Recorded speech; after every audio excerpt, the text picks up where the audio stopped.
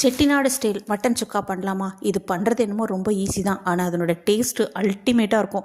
ஒரு முறை இது மாதிரி செஞ்சு பார்த்துட்டோமா, அடுத்தது எப்போ மட்டன் வாங்கினாலும் இது பண்ணணும்னு தோணும். அவ்வளோ அருமையாக இருக்கும். நான் இதுக்கு ஒரு 1/2 kg மட்டன் வாங்கி நல்லா க்ளீன் பண்ணி வச்சுருக்கேன். இப்போ ஒரு குக்கர் வச்சு 1 ஸ்பூன் எண்ணெய் ஊற்றி ஒரு 1/2 ஸ்பூன் இஞ்சி பூண்டு பேஸ்ட் போட்டு அதில் ஃபஸ்ட்டு இந்த மட்டனை போட்டு நல்லா கலந்துட்டு அப்புறம் வேக வைக்கணும். இந்த மாதிரி பண்ணும்போது மட்டன் வந்து டேஸ்ட் நல்லாயிருக்கும். இதில் இருக்க தண்ணியெல்லாம் ஃபஸ்ட்டு விட்டுரும்.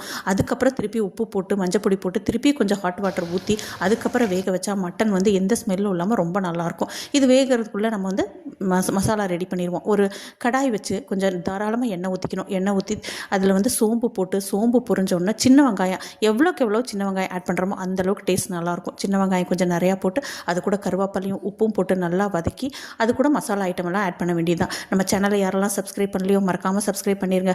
இப்போ வந்து இதுக்கு மசாலா பொடினா வெறும் மிளகாத்தூள், மல்லித்தூள், கரம் மசாலா, அப்புறம் இது கொஞ்சம் இஞ்சி பூண்டு பேஸ்ட் போடணும். ஏற்கனவே நான் வந்து வேக வைக்கும்போது போட்டிருக்கோம். அதுக்கு தகுந்த மாதிரி கொஞ்சம் அது கூட ஆட் பண்ணிட்டு மிளகாத்தூள், மல்லித்தூள், அப்புறம் கரம் மசாலா, அப்புறம் சீரகமும் மிளகும் நல்லா ட்ரை ரோஸ்ட் பண்ணி அது ஒரு பவுட்ரு பண்ணி அது 1 ஸ்பூன் மேலே ஆட் பண்ணிக்கணும். அதை கொஞ்சம் தாராளமாக ஆட் பண்ணணும். இதனுடைய டேஸ்ட் தான் இந்த மட்டன் ஃப்ரைக்கு ரொம்ப நல்லாயிருக்கும். இதெல்லாம் போட்டதுக்கப்புறம் இந்த தக்காளி ஒரு மீடியம் சைஸ் தக்காளி போட்டு தக்காளி நல்லா மசியறதுக்காக ஒரு 2 நிமிஷம் மூடி போட்டு வச்சா தக்காளி நல்லா மசிச்சிரும். இந்த டைமில் வந்து நம்ம வேக வச்சுருக்க மட்டனை இது கூட ஆட் பண்ணி கொஞ்சம் சுடு தண்ணி ஊற்றி நல்லா மிக்ஸ் பண்ணி ஒரு 5 நிமிஷம் கொதிக்க வச்சா சூப்பரான மட்டன் ஃப்ரை ரெடி ஆயிரும். இது வந்து கொஞ்சம் கிரேவியாக வேணும்னா இந்த பதத்தில் எடுத்துக்கலாம். இது கூட வந்து உருளைக்கிழங்கு ஆட் பண்ணால் நம்ம சாம்பார் சாதம், ரச சாதத்துக்கெல்லாம் ரொம்ப நல்லாயிருக்கும். நான் வந்து இன்றைக்கி பிரியாணியோட சர்வ் பண்ணுறதுனால உருளைக்கிழங்கு போடல. உருளைக்கிழங்கும் போட்டிங்கன்னா செம்மையாக இருக்கும்.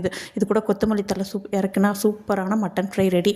நான் வந்து இன்றைக்கி பிரியாணியோட சர்வ் பண்ணியிருக்கேன். எவ்வளோ நல்லா இருக்கு பாருங்கள். கண்டிப்பாக ட்ரை பண்ணுங்கள். இந்த வீடியோ பிடிச்சிருந்தா லைக் பண்ணுங்கள். தேங்க்ஸ் ஃபார் வாட்சிங்.